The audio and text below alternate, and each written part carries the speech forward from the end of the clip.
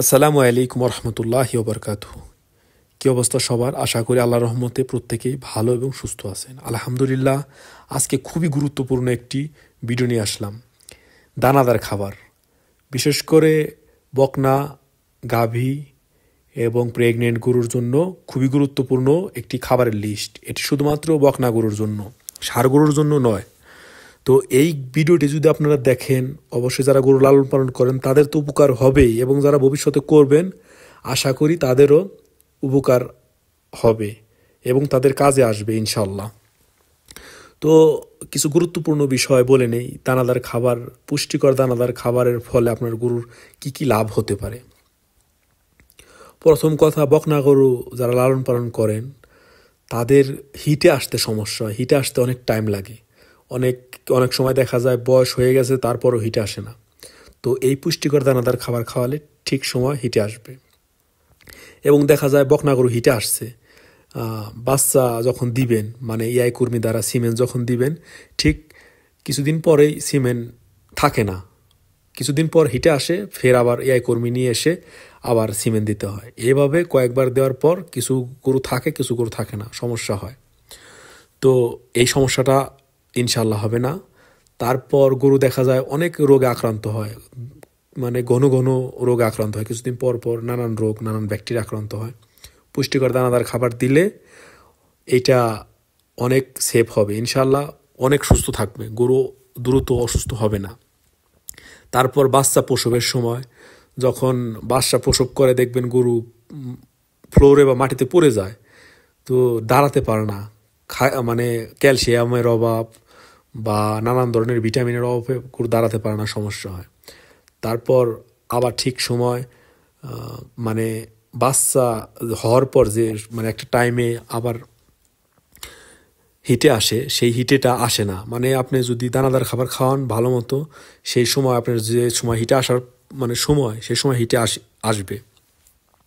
তারপর দেখবেন যে গাভী আপনার 10 লিটার দুধ দিবে, হয়তোবা সেই গাভী আপনার 4 লিটার 5 লিটার দুধ দিচ্ছে।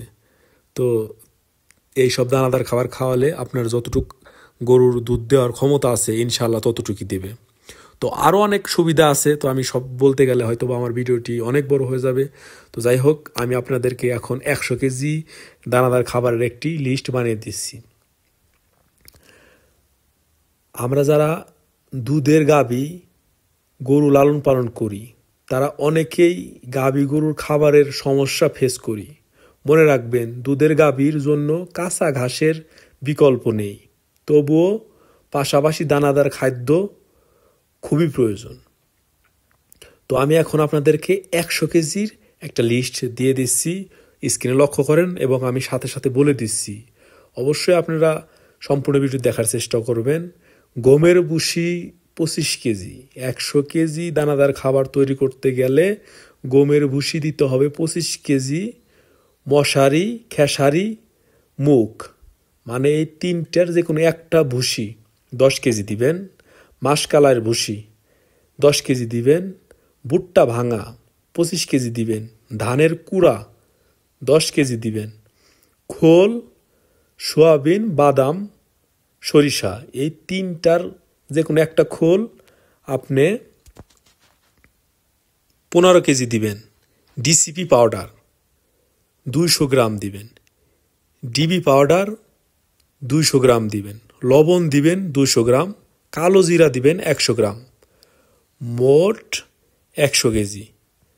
আশা করি আপনার গরুর ওয়েট অনুযায়ী খাবার দিবেন এবং আপনার দুধ যতটুকু আসে সেই পরিমাণের হিসাব করে খাবার দিবেন।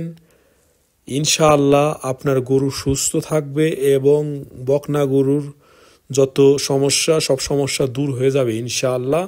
ঠিক সময় যা আশা করবেন হয়তোবা পেয়ে যাবেন ইনশাআল্লাহ। সম্পূর্ণ ভিডিওটি দেখার জন্য ধন্যবাদ।